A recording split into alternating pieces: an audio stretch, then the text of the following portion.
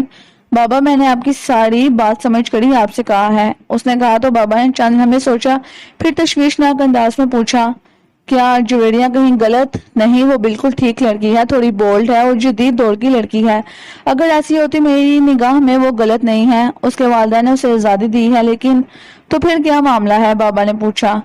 بابا کیا میں اپنی ذات میں کچھ بھی نہیں ہوں؟ میں اگر وزیر نہیں بھی بنوں گا تو کیا ہوگا؟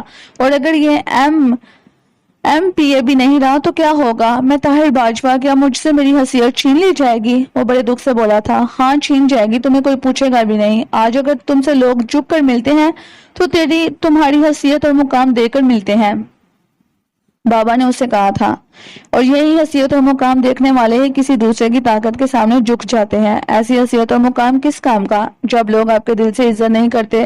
طاہر نے ادب سے کہا تھا۔ تم کہنا کیا چاہتے ہو؟ بابا نے پوچھا۔ یہ کہنا یہی چاہتا ہوں کہ ایک لڑکی جو شادی سے پہلے اپنی منوانے کے لیے اس سطح تک آ جاتی ہے، وہ بعد میں کیا کرے گی؟ میں مان لیتا ہوں وہ میرے ساتھ مخلص ہوگی، لیکن پھر بھی میری مردانگی یہ گوارا نہیں کر سکتی کہ میں اپنی طاقت بڑھانے کے لیے ان کے سامنے جھک جاؤں۔ اس نے بڑے ادب سے دھیمی آواز کے ساتھ اپنے بابا کو اپنا نقطہ نگاہ سمجھانے کی کوشش کی۔ یہ تم کیا کہہ رہے ہو؟ میری سمجھ میں کچھ نہیں آ رہا۔ تم ان کے سامنے کیوں جھکو گے؟ ہم لڑکے والے ہیں، اگر انہوں نے ذرا کچھ کیا تو؟ بابا نے پرغرور انداز میں کہنا چاہا تو وہ تیزی سے بولا، یہ نوبت کیوں؟ شادی حیثیتوں کی ہوگی یا دو انسانوں کی؟ رشتے جوڑنے ہیں یا یہ سب پارٹ آف گیم ہے؟ سوری بابا، میں ایسا نہیں کر سکتا۔ دیکھو بیٹا، تم جوان اور جذباتی ہو، تم نے ابھی دنیا دیکھی نہیں ہے، یہ سب کرنا پڑتا ہے، اگر طاقت نہیں رہی تو یہی لوگ عرش سے اٹھا کر فرش پر دے ماریں گے۔ بابا نے اسے سمجھاتے ہوئے کہا۔ یہ سن کر طاہر چند لمحے بیٹھا رہا، پھر اٹھ کر اپنے بابا کے پیروں کے پاس جا کر بیٹھ گیا، پھر پیار سے اس کے پیروں پر ہاتھ رکھ کر بولا، بابا میں آپ سے بہت محبت کرتا ہوں، میری جان ہے آپ کی طرف اٹھائی جانے والی انگلی کو نہ صرف میں کاٹ سکتا ہوں بلکہ وہ بازو ہی الگ کر دینے کی ہمت ہے مجھ میں نہیں چاہتا کہ کوئی نافرمانی کروں، زمانہ ہمارے درمیان کسی غلط فہمی کو بڑھاوا دے کر کوئی دوسرا رنگ دے، لیکن آپ میری بات سمجھنے کی کوشش کریں، میں کہنا کیا چاہتا ہوں، مجھے سمجھاؤ۔ بابا نے خود پر قابو رکھتے ہوئے کہا تھا، بابا جو مان اپنی قوت اور بازو پر ہوتا ہے نا، کسی دوسرے پر نہیں ہو سکتا، مجھ میں اتنی ہمت، قوت اور صلاحیت ہے کہ میں خود پر سب کر سکوں۔ کیا آپ یہ سمجھتے ہیں کہ میں وزارت والی گیم کو نہیں سمجھتا؟ میں پوری طرح سے سمجھ رہا ہوں، اس میں اگر کوئی آڑ ہے تو وہ انعام الحق ہی ہے۔ وہ سکون سے بولا تھا۔ کیا کہہ رہے ہو تم؟ انہوں نے حیرت سے پوچھا تھا۔ میں ٹھیک کہہ رہا ہوں بابا، میں اس لیے وزارت میں دلچسپی نہیں لے رہا تھا کیونکہ وہ ابھی سے اپنی قوت دکھا کر مجھے بلیک میل کر رہا ہے، وہ باور کروانا چاہتا ہے کہ وہی ہمیں ایم پی اے بنانے والے ہیں، اگر ان کی بات نہ مانی تو وہ ہمیں ختم بھی کر سکتے ہیں۔ طاہر نے وضاحت کر دی تو بابا نے طویل سانس لے کر کہا، یہ تو حقیقت ہے بیٹا، اگر انہوں نے الیکشن میں مدد نہ کی ہوتی تو شاید تم ایم پی اے نہ بنتے۔ بابا میں آپ کا بیٹا ہوں، کوئی آپ کو زیر بار کرے، کوئی میرے ہوتے ہوئے آپ کو نیچا دکھانے کی کوشش کرے، ایسا ممکن نہیں ہے۔ ایک بیٹے کا فرض ہے کہ وہ آپ کی شان کو ویسا ہی بلند رکھے، آپ یہ ذہن سے نکال دیں کہ وہ اتنی طاقت رکھتے ہیں۔ اس نے اپنے بابا کو حوصلہ دیتے ہوئے کہا، میں پھر وہی بات کروں گا بیٹا، تم کرتے ہو جذباتی باتیں لیکن حقیقت کچھ اور ہے، زمینی حقائق کوئی دوسری تصویر دکھا رہے ہیں۔ بابا نے سر ہلاتے ہوئے کہا تو وہ مسکراتے ہوئے بولا، بابا مجھے صرف ایک بات کی گارنٹی دے دے، میں آپ کو سب کچھ کر کر دکھا دوں گا۔ کیسی گارنٹی؟ انہوں نے سوالیہ انداز میں پوچھا تو وہ جرأت مندانہ لہجے میں بولا، آپ نے مجھ سے کسی صورت میں بھی ناراض نہیں ہونا، کبھی مجھے نافرمان نہیں سمجھنا، میں صرف 3 ماہ میں آپ کو وہ زمینی حقائق دکھاؤں گا جو سچ ہے۔ تم میری جان ہو پتر، میرے اکلوتے وارث بیٹا، میں تم سے کیوں ناراض ہوں گا؟ پر مجھے تمہاری کوئی بات سمجھ میں نہیں آ رہی۔ بابا کے لہجے میں شفقت گھلی ہوئی تھی۔ ابھی میں آپ کو جتنا بھی سمجھا سکتا ہوں آپ میری بات سمجھ نہیں پائیں گے، لیکن آپ انعام الحق کو جواب دے دیں، میں جویریہ سے شادی ہرگز نہیں کروں گا۔ اس نے پیار سے بابا کے کندھے پر ہاتھ رکھ کر کہا تو بابا نے سوچتے ہوئے کہا، بیٹا بات کچھ بہت کچھ ختم ہو جائے گا، ایک نئی دشمنی گلے پڑ جائے گی۔ کچھ بھی نہیں ہوگا اگر آپ مجھ پر بھروسہ کریں گے تو، اس نے ہنستے ہوئے کہا تھا۔ ٹھیک ہے، جیسا تم چاہو، اپنا آنے والا کل تم نے سنوارنا ہے، میں نے تو گزار لی۔ بابا نے گہری سنجیدگی سے کہا تو وہ بالکل ساتھ لا کر بیٹھتے ہوئے کہا اس نے، تو پھر دیکھیے گا علاقے میں ایک نیا سورج طلوع ہوگا، چلو دیکھتے ہیں۔ بابا نے اور گہری سوچ میں کھو گئے۔ انہیں یوں دیکھ کر طاہر نے کہا، آپ پرنام کریں۔ نہیں بیٹا، مجھے ابھی کچھ دیر بعد ہی نکلنا ہے، اسی لیے تمہیں بلوایا تھا۔ چلے پھر کبھی صحیح، کچھ دیر آرام تو کر لیں، طاہر نے کہا اور کمرے سے باہر نکلتا چلا گیا۔ طاہر کو پوری طرح سے احساس تھا کہ یہ بات اس کے بابا کی سمجھ میں بالکل نہیں آنے والی تھی۔ وہ اب تک جویریہ کو نظر انداز کرتا چلا آ رہا تھا۔ جہاں تک تعلق کی بات تھی، جیسا دوسروں کے ساتھ رویہ رکھا تھا اس کے ساتھ بھی ویسا ہی تھا۔ وہ ایک بہت اچھی دوست ہو سکتی تھی، لیکن کبھی بھی جویریہ نے متاثر نہیں کیا تھا اسے۔ ایسا کیوں تھا، یہ وجہ وہ خود نہیں جانتا تھا۔ سہ پیر سے ہی پہلے وہ بہاولپور چلے گئے۔ وہ اپنے ساتھ کئی سوالیہ نشان لے کر گئے تھے۔ لاہور میں موجود ملازموں سے انہیں پتا چلا کہ طاہر کے معاملات بدل گئے ہیں۔ انہوں نے جب خود ملازموں سے بات کر دیکھا تو اس اطلاع کی تصدیق ہو گئی تھی کہ طاہر بدل رہا ہے، لیکن اسے ہو کیا گیا ہے، یہ تبدیلی کیوں ہے، ایسا ہونے کی وجہ کیا ہے، انہیں سمجھ میں نہیں آئی تھی۔ سہ پیر ہو چکی تھی، موسم بہت ہی اچھا ہو رہا تھا۔ بارش کے بعد ہر شے دھل کر نکھر گئی تھی۔ آسمان کا نیلگو پن زیادہ بڑھ گیا تھا، جس میں اڑتے ہوئے پرندے بہت اچھے لگ رہے تھے۔ سبز درختوں کی شادابی گہری ہو گئی تھی۔ گوڑوں کی ممٹیاں، دیواریں، ان پر کیے گئے رنگ اجلے ہو گئے تھے۔ لون میں کھلے پھول، پودے اور گھاس کے گہرے رنگ بھی نگاہوں کو اچھے لگ رہے تھے۔ دھول اٹی سڑکیں تک دھل کر مزید سیاہ ہو گئی تھی۔ آیت آفس سے آ کر اپنے کمرے کی کھڑکی سے باہر کا منظر دیکھ رہی تھی۔ وہ سوچ رہی تھی کہ جس طرح سے قدرت نے یہ ماحول رنگین بنایا ہوا ہے، ان سب کو جان بخشنے والی ایک شے ہے، وہ ہے ہوا، جو دکھائی نہیں دے رہی، کس قدر رنگینگی ہے صرف ہوا کی وجہ سے۔ جس رب نے یہ سب تخلیق کیا ہے، یہ سارے رنگ اسی نے یہاں اس دنیا کو بخشے ہیں۔ سوچ کا سیرا طویل ہوا تو وہ سوچتی چلے گئی، اور رشتے ناتوں کے کیسے رنگ ہوتے ہیں، انسان سے انسان کے تعلق میں کیسے کیسے رنگ بکھرے ہوئے ہیں۔ رنگ صرف دکھائی ہی نہیں دیتے، انہیں محسوس بھی کیا جاتا ہے۔ فون کی تیز آواز نے اس کا ناتا خیالوں سے توڑ دیا۔ اس نے مڑ کر دیکھا، فون بیڈ کی سائڈ ٹیبل پر دڑا ہوا تھا۔ وہ وہاں تک گئی تو کال ختم ہو چکی تھی۔ اسکرین پر طاہر کی کال آنے کا اندیا تھا۔ اس نے کال بیک کر لی۔ ہاں جی طاہر جی، کیسے ہیں؟ میں بالکل ٹھیک ہوں، ایک مشورہ کرنا تھا، اس نے تیزی سے کہا۔ کہو، کیسا مشورہ؟ آیت نے پوچھا۔ ایسی باتیں فون پر تھوڑی ہوتی ہیں، کہیں مل بیٹھتے ہیں میرے ہاں آ جاؤ، میں تمہارے ہاں، اس نے کہنا چاہا تو آیت بولی، کل آفس میں آ جانا، بات وہیں کریں گے۔ نہیں، آج ضروری ہے، شام سے پہلے میں نے کوئی فیصلہ کرنا ہے، وہ اصرار کرتے ہوئے بولا تو آیت نے سوچتے ہوئے کہا، اوکے، تم پھر ایسا کرو کہ پارک میں آ جاؤ، دیکھو موسم کیسا اچھا ہو رہا ہے، وہاں بیٹھ کر سہولت سے بات کر لیں گے، کیا خیال ہے؟ اوکے، میں آ رہا ہوں، اب تم پہنچ جانا، طاہر نے کہا اور جگہ کی نشاندہی کر فون بند کر دیا۔ پارک میں اتنا رش نہیں تھا، ایسے ہی جیسے معمول تھا۔ وہ کار پارک کے ٹہلتی ہوئی اس جانب بڑھ گئی جہاں وہ مل سکتا تھا۔ وہ ذرا سا پیدل چلی تو دور ہی سے وہ ہاتھ ہلاتا دکھائی دیا۔ وہ ایک پرسکون کوشا تھا جہاں لوگ نہ ہونے کے برابر تھے۔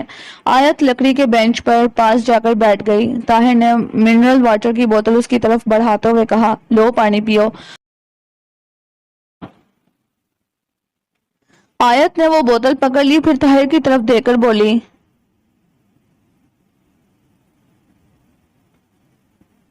کہو کیا کہنا ہے؟